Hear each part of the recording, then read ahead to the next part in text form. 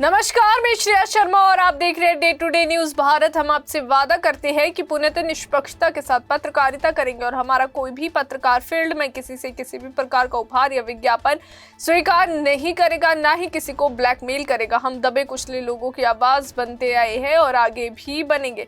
साथ ही हम ऐसी कोई खबर नहीं दिखाएंगे जिससे हमारी बोली भाली जनता मूर्ख बने या और किसी भी प्रकार का कोई धोखा मिले। हम लोकतंत्र के चौथे स्तंभ को और अधिक मजबूत करने की पूरी कोशिश में लगे हुए। अब बात करते हैं खबर की, जो इस वक्त की बड़ी और अहम खबर उत्तर प्रदेश से सामने आ रही है। आपको बता दें कि उत्तर प्रदेश की राजनीति में उस वक्त हड़कंप मच गया जब बहुजन समाज पार्टी की राष्ट्रीय अध्यक्ष मायावती की प्रेस कॉन्फ्रेंस के दौरान अचानक अफरा तफरी का माहौल बन गया। लखनऊ स्थित बसपा के पार्टी दफ्तर में मीडिया को संबोधित करते समय कॉन्फ्रेंस हॉल की छत पर लगी लाइट्स में अचानक शॉर्ट सर्किट हो गया। देखते ही देखते लाइट से चिंगारियां निकलने लगी और पूरे हॉल में धुआं भर गया। कुछ ही पलों में हालात ऐसे बन गए कि वहां मौजूद पत्रकारों और पार्टी कार्यकर्ताओं में भगदड़ जैसी स्थिति पैदा हो गई। धुएं और चिंगारियों को देखकर सुरक्षा कर्मी तुरंत हरकत में आए। आपको बता दें कि फायर ब्रिगेड की गाड़ियां जो है वहां पर मौजूद है और उनकी मदद से हालात पर कहीं ना कहीं काबू पाया गया और बड़ी घटना जो है टल गई। हालांकि एहतियात के तौर पर जो है प्रेस कॉन्फ्रेंस को तुरंत समाप्त कर दिया गया। मायावती बिना केक काटे और मीडिया के सवालों के जवाब दिए बिना ही पार्टी दफ्तर से रवाना हो गई।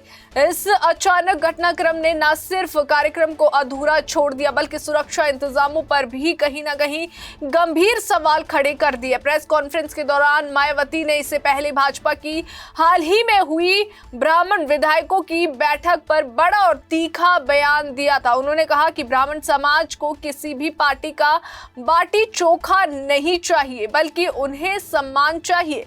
मायावती ने दावा किया कि जब बसपा की सरकार बनेगी तब ब्राह्मण समाज की सभी जायज अपेक्षाएं पूरी की जाएगी।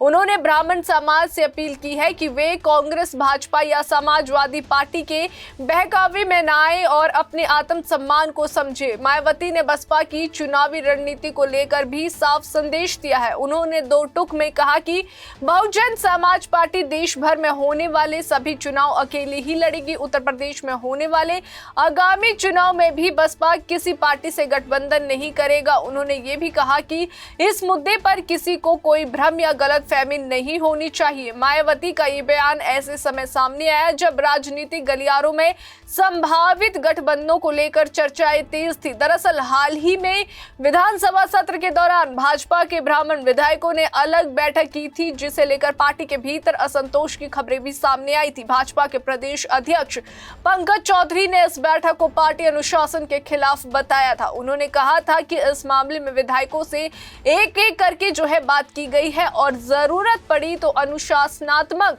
कार्रवाई भी की जाएगी। इस घटनाक्रम ने भाजपा के भीतर अंदरूनी खींचतान को उजागर कर दिया है। इस पूरे मुद्दे पर समाजवादी पार्टी के अध्यक्ष अखिलेश यादव ने भी भाजपा पर तंज कसने का मौका नहीं छोड़ा। उन्होंने नए साल पर आयोजित बाटी चोखा पार्टी को लेकर कहा था कि भाजपा विधायक बैठे बैठे लिट्टी चोखा खा रहे थे।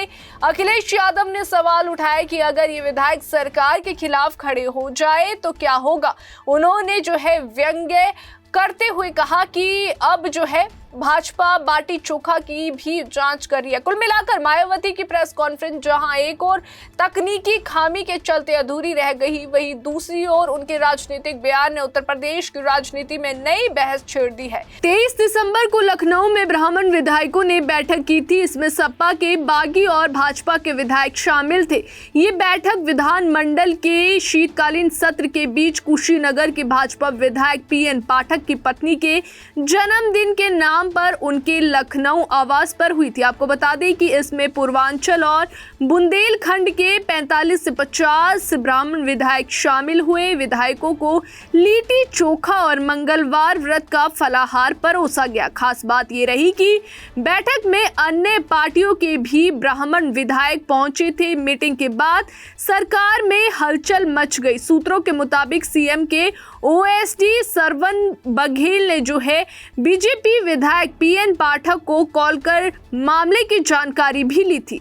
पाठक ने उन्हें बताया कि कोई राजनीतिक बैठक नहीं थी, मैंने संभोज रखा था। ब्राह्मण वोट बैंक, गठबंधन की राजनीति और भाजपा के भीतर उठ रहे सवालों के बीच बसपा ने साफ कर दिया है कि वे अकेले चुनावी मैदान में उतरने के लिए तैयार है। आने वाले दिनों में ये देखना दिलचस्प होगा कि मायावती के ये बयान राजनीतिक समीकरणों को किस दिशा में लेकर जाते हैं और यूपी की सियासत में इसका क्या असर पड़ता है। अभी के लिए फिलहाल इतना ही। देश और दुनिया की ताजा खबरें जानने के लिए देखते रहिए day to day news Bharat और हमारे चैनल को लाइक, शेयर और सब्सक्राइब करना ना भूलें।